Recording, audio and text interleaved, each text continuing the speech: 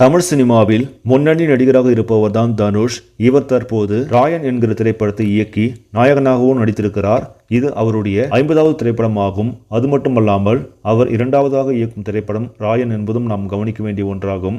இதற்கிடையே ராயன் திரைப்படத்தை Sun pictures நிறுவனம் தயாரிக்க ஏஆர் ரகுமான் இசையமைத்திருக்கிறார். மேலும் இப்படத்தில் தனுஷுடன் இணைந்து சந்தீப் கிஷான், காளிதாஸ் ஜெயராம், அபர்ணா பாலமுரளி, செல்வராகவன், எஸ்.ஜே. சூர்யா, பிரகாஷ்ராஜ் உள்ளிட்ட பலர் நடித்திருக்கிறார்கள்.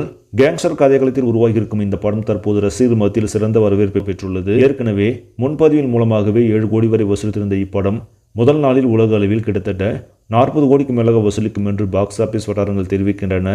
இது தனுஷின் திரைப்படத்திற்கு கிடைத்திருக்கும் சிறந்த ஓப்பனிங் என்று சொல்லப்படுகிறது.